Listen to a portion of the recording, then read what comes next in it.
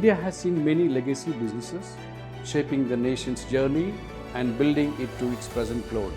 And today, from the capital, New Delhi, we bring you the story of a leader who took the heritage of one of India's most storied business families and re-architected it for the modern era. I am Shafiullah Hirehal Nuruddin, your host for Legends of Life Sciences.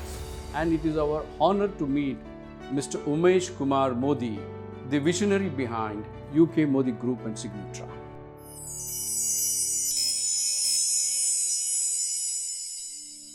Mr. Umesh Kumar Modi, it's a privilege to have you with us. Welcome to the show, sir. Thank you. What early lessons from your family and education still guides your toughest business calls today? Well, so I was born at Modinagar, a town which my father was building in 1951. So there was no good schools there. Whatever the schools were built was built by the family. Okay. And they were Hindi medium schools. So he sent me to the boarding school while I was very young, in 1958, at the young age of 7 years. Sindhya School, Gwalior. So the lesson I learned in that school, which was about discipline. Discipline. That discipline is the most important thing in the life. So it was a school which, apart from studies, laid a great emphasis in personality development, sports, etc. So that was my take from that school. And there, people, boys came from all classes, all areas of India. So it was a very big learning on discipline, hard work, gelling with people. I think that was and then I went to Banaras Hindu University for 5 years to do my chemical engineering. And my father insisted that I should stay in a hostel. To stay in a hostel? Yes, with all the boys. And I remember I asked him that I need a car, and he said no. All the boys' cars. I said no, they have cycles. So you can also have a cycle. So there I dealt with people, learned the technical knowledge.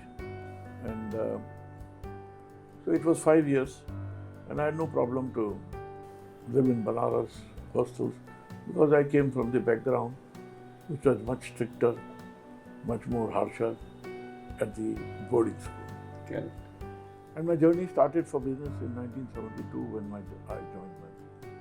So my father was a very strict disciplinarian. And he ran the group like a military organization. So first day, he called me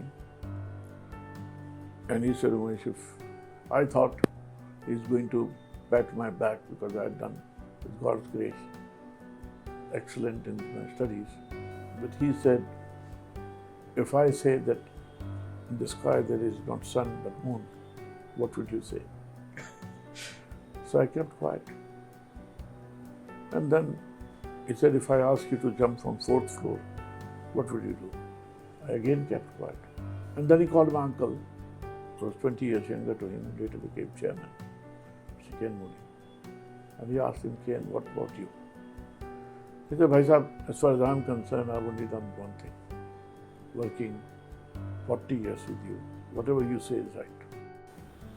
And we also be guided by that discipline rule. So, anyhow, so I asked him, because I had a short stint with him because he fell ill by 75 and he died in 76. So I asked him that, what is the mantra of success? How did you build such a big organization? So he said two things.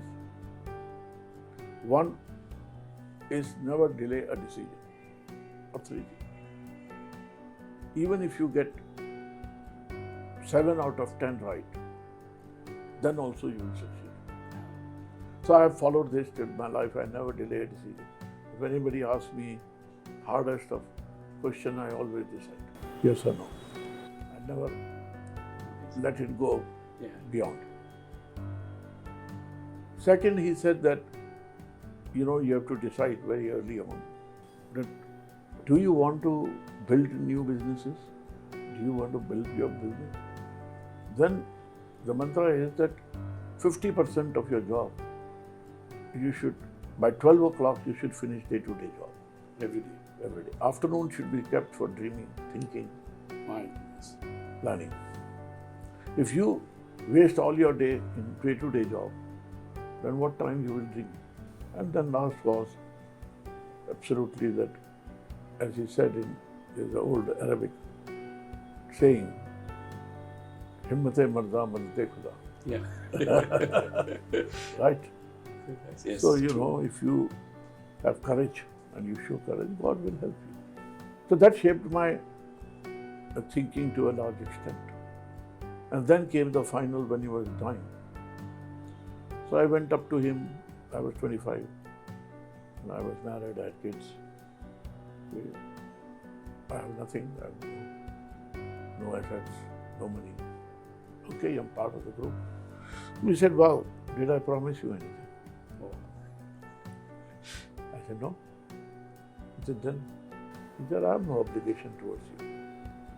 A father's obligation ends Yeah. by getting the child educated, Yes. give him the wisdom what he possesses, and at the maximum, getting him married. Those days, arranged marriage was the goal, right? I know. So that also had and I worked with him very hard for 3 years, and he was a master financial genius accountant. So I learned technology in the engineering college and accounting and business discipline from him. And that led to my thing. Very nice. What was the single decision that truly set the UK Modi group on its modern trajectory, and what risk kept you up at night? Well, after his death in 76, and as it is in every joint family, I knew that if I want to grow, I have to create new companies. Because in the existing companies, you get a role, Yeah. but there are hierarchies. And I was the youngest of the 5 brothers. Okay. And my uncle was there and his 3 sons were there. So I have to chart my own path. Yeah. And we had an unwritten law in the group which led to the growth.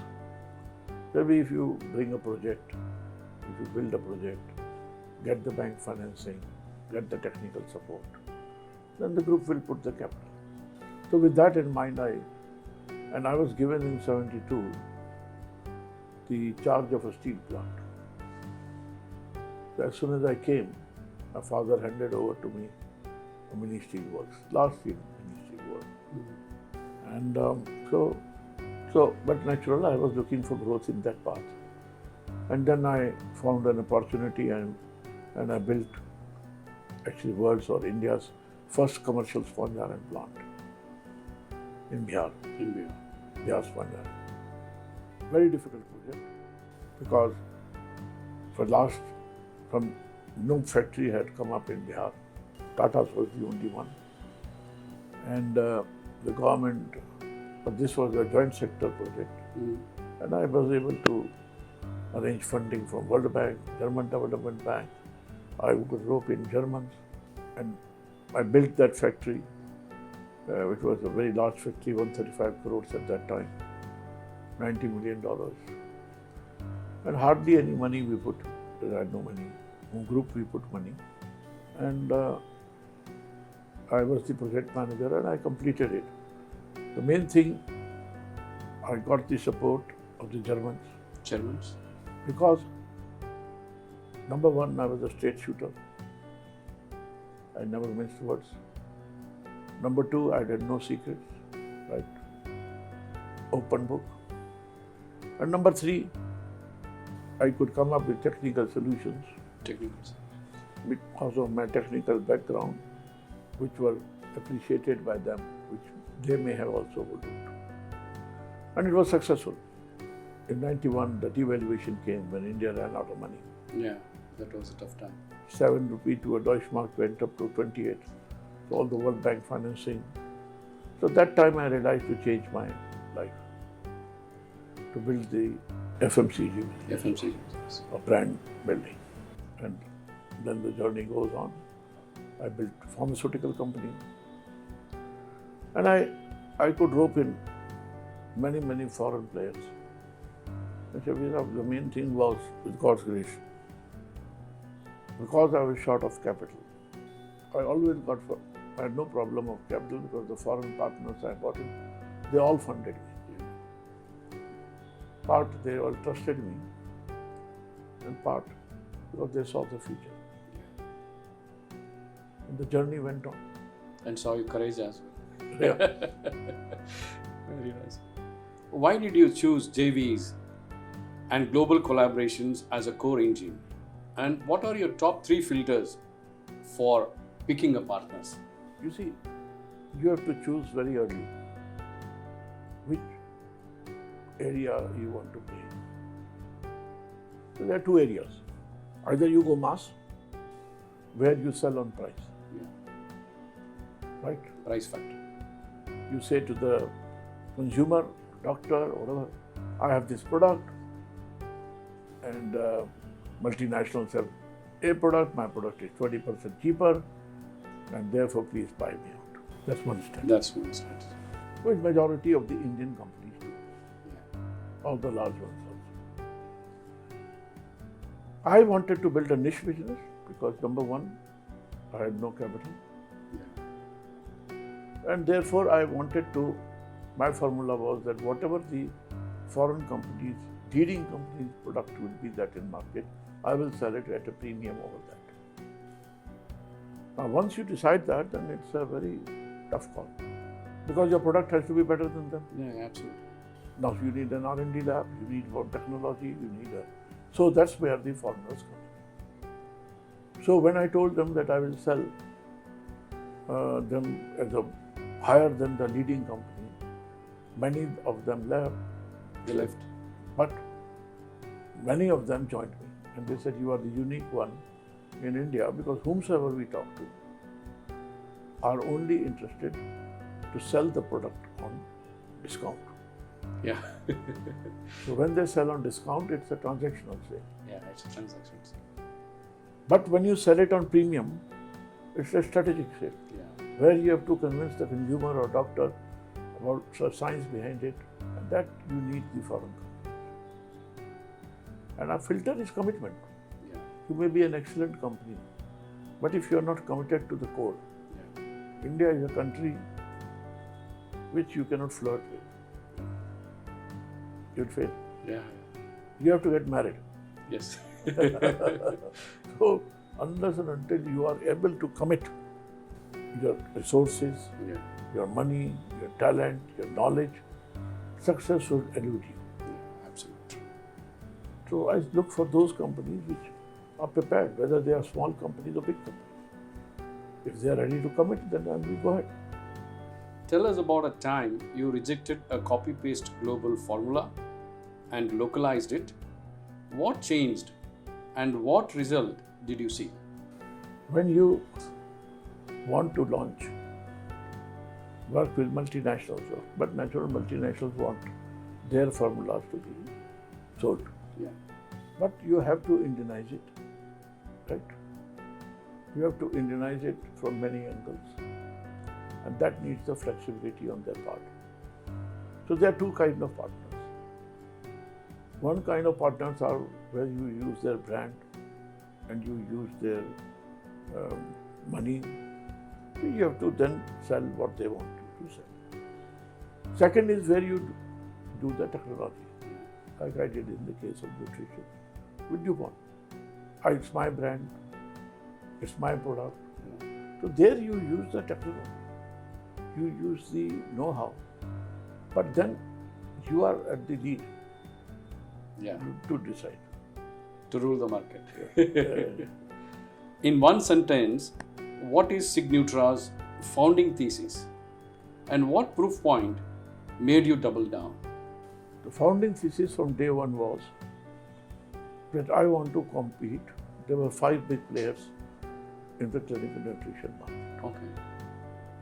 Nestle from Switzerland, Danone from France, Fresenius from Germany, Mead Johnson from America, and Abbott from America. The whole market around the world was controlled. So my basic thing was to compete with them, and I picked up Signutra. Signutra was to compete with the best of the best. That means if we are going in the adult nutrition, we will compete with companies like Abbott. And ultimately, if we go to infant nutrition, then we will compete with companies like this. So we were the first, it's not only in India, perhaps in whole of Asia, whole of the developing world, that there is no other company with that desire and dream. Other companies, I don't want to take a name which you know, are talking of price. They're not talking of the product superiority over these countries. So, when you are a company and you're the lone company which talks of this philosophy, so many companies join you. Yeah, absolutely. World giants join you. Yeah. You are a company which is talking of that space, you are not a company which is talking of a price, which are not copying paste the products, but developing a product which is a better, because nutrition, mind you, is a very, I did not realize it in the earlier days, but it is a very difficult space. Yes. Because when you add various nutrients and vitamins, but in the pharma you are not bothered about the taste. Yeah, it's only capsules. But here you have to be worried about the taste. So you have to have a problem. If the taste is not good, kid will not take it. Yeah, I know. So that balance is a very, very tough one. And we do it. What must be true about location, people, or process before you greenlight a new facility or a major upgrade? I am fortunate that my father built a town. Modinagar. There were only two towns which were registered, officialized in the British days. One was Tatanagar and another was Modinagar. Right.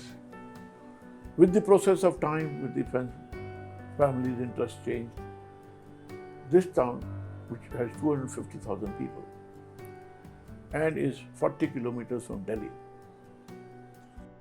close by, and now the road is there and fast train is there, and because of the disputes in family, which I don't want to get into, it went down. So I had always the dreams to build back that town. How do you build back the industrial town? By building industries. So I had to, with God's grace, I was able to acquire shares from my cousins of the parent company of Modinagar. And in spite of being the youngest, I could become the chairman and managing director of the parent company 5 years ago, after death of my brother. So that has fixed mine. I have a huge industrial estate. Yeah. I have over 85 acres of my own industrial estate, which old steel plants were there, old paint plants, which I'm bulldozing. I'm building modern new factories. Fantastic. So my main objective at the moment of life, as I'm now turning 75, is to rehabilitate Modinagar. And rehabilitation of Modinagar means it's an industrial town. I'm not interested in real estate. Yeah. I'm interested in building industries, modern industries, which give jobs to the people, which gives employment, technology, not the generic industry. And every year now, I'm building a new plant. And with God's grace, we are going on with full swing. And I hope one day you visit Modinagar, we will show you. Yeah, sure. And nutrition plant also is there. In the same location. Yeah. So I built factories, preferably there. Otherwise, I have old factories still with me, which I built outside Jamshedpur, in Bihar, Panjaran. I have sugar mills in Badaut. That's fine. And I never sold anything in my life. I took a vow from the very beginning that I will not sell anything. And even if it does bad, we'll find a way to turn it around rather than selling it. And profitability. Where do you see the UK Modi Group and Signutra over the next decade in terms of global expansion, technology, and nutrition science leadership? So you see, our first part that we tied up with DuPont IFF, now DuPont IFF, and we went with the plant-based ingredients, soy. And once you go to plant-based ingredients, we could only make products for 2 years plus, child, adult, mother, not even mother, and for cancer patients. 50% of the market in India is infant. Infants, yeah. That's a great one. 0 to 2. Yeah. Very difficult one. And that's based on milk. Right? Yeah. It's a huge market. 1 crore 80 lakh babies being born in India every year. Every year. So poor man, This if time. the mother is unable to give milk, which government wants, rightly so, then she gives to the baby cow milk. In olden days, they gave that. If cow's milk is not available, like Northeast, etc., they give this Amul spray, etc., All those food, which is baby foods. milk powder. Yeah. And then once you go to a pediatrician, if a mother has money to go to a doctor, she will recommend products like Nasrate and on, Abbott. Yeah. So I was not in this field. Now I have entered this field. I have tied up with a very old family in UK, Neville family, who are in the milk business for over 100 years. Oh. And in this journey, we have started, we launched it. So we hired a very experienced manager from Nestle, 27 years, a Dutch guy who lives in Modinagar. And we have introduced our first infant formula program. And you'd be surprised now, many companies, big companies are approaching me. Because from Germany, from Europe, because they find that we are the only alternative against these 5 big giants. Big giants, yes. Because they are not interested to cooperate with the mass companies, Yeah. who sell it on price. Mass market is already covered by Nestle, Yeah. sorry, Amul. Yeah. They have a 10,000 crore market. So they are not interested to, they cannot fight. They have to go into the premium market. Premium market. And in premium market, perhaps Signutra is the only company in India. India. And now we'll be going into Vietnam, Malaysia, Singapore. And idea is that we will go international. If a young SME owner must act in the next 30 to 90 days, give us a checklist. 1 decision, 1 number to watch, 1 habit to start for building a stronger India. Well, first of all, you see, most of the small businesses, medium scale businesses, fail. Because they miscalculate how much money is required to start them. Yeah.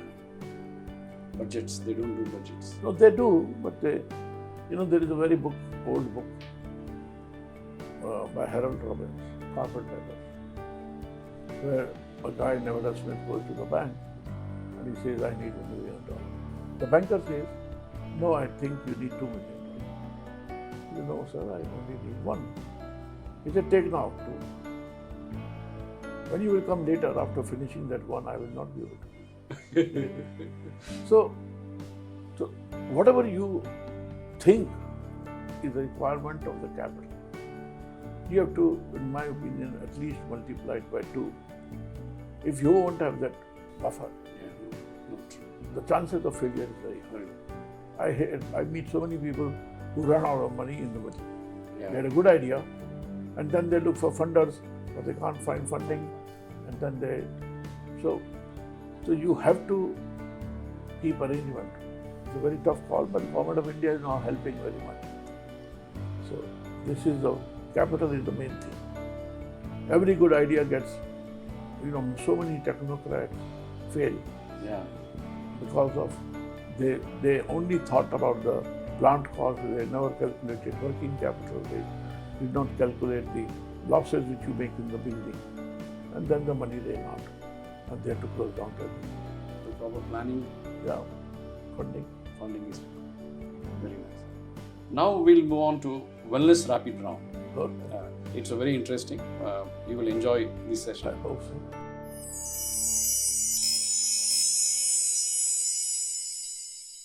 One word that defines your founder's compass. Great. Right. Correct. One JV filter you never compromised on. Leadership position of the joint venture partner. You did not compromise on that. He has to be leader in that country. Absolutely. The first dashboard tile you open every morning. Well, I'm not a computer guy, first of all, but I read the newspaper Every day. every day. So whatever is in the newspaper. One shop floor ritual that upgrade quality first. Discipline. That's what you learn. Discipline. Your trigger metric to add capacity. I don't know what it means, but you know, you have to, you see, plants have to be modernized. And there is a very simple mantra, modernization does not pay if you don't increase the capacity. So with the modernization, you have to increase the capacity. That's one way. One way. Because if you just modernize a plant and the capacity remains same, you will lose money. Yeah. Fastest cash cycle fix an SME can do this month. Cash cycle. 30 days, 90 days, I don't know. But today the government is helping. We are able to discount the bills, get the money at lower rate of interest. I think it's a very great move by government. Absolutely correct. That helps a lot. One localization tweak that changed adaptation overnight. Well, in the beginning when I was building the sponge iron plant, as I told you, it was a very tough project. One side Bihar government, very tough to deal. One side competition with Tatas, very tough deal because they had failed in that process, the Tata. One side Germans. But I realized and I changed and the Germans agreed. I changed the capacity of the plant. I took it up by 25% in the midst of the project. Wow. Because I told them otherwise you won't make money. So our capacity is too short by the money which we are spending on the infrastructure. And they agreed and we had to delay the project by 6 months, do the re-engineering and get on again. A claim you refuse to make ever. That success comes because of It's a teamwork. teamwork and it's a God's grace. Absolutely. Divine support. One failure. System you instituted afterward. One failure. Any failure is there. To overcome that, what was the immediate decision you have taken? The biggest failure I had was the sponge iron. After devaluation, I realized, and the money shifted from process to mines. When you build a plant, go to the basic root of the raw material. Yes. Don't just build a processing plant. You should have linkage with the raw material. Complete in one line. The next decade belongs to India's nutraceutical industry because Because the people of India now are looking very health conscious. yes, Right? And they have realized whatever you do, whatever kind of food you eat, because of the knowledge they get from internet, blah blah, you need to take nutrition it's to a get your. healthy life. Without healthy life, they cannot succeed in life. Yeah, we cannot achieve anything in that. Thank you, Mr. Modi, for this great insight. Thank you. Thanks a lot.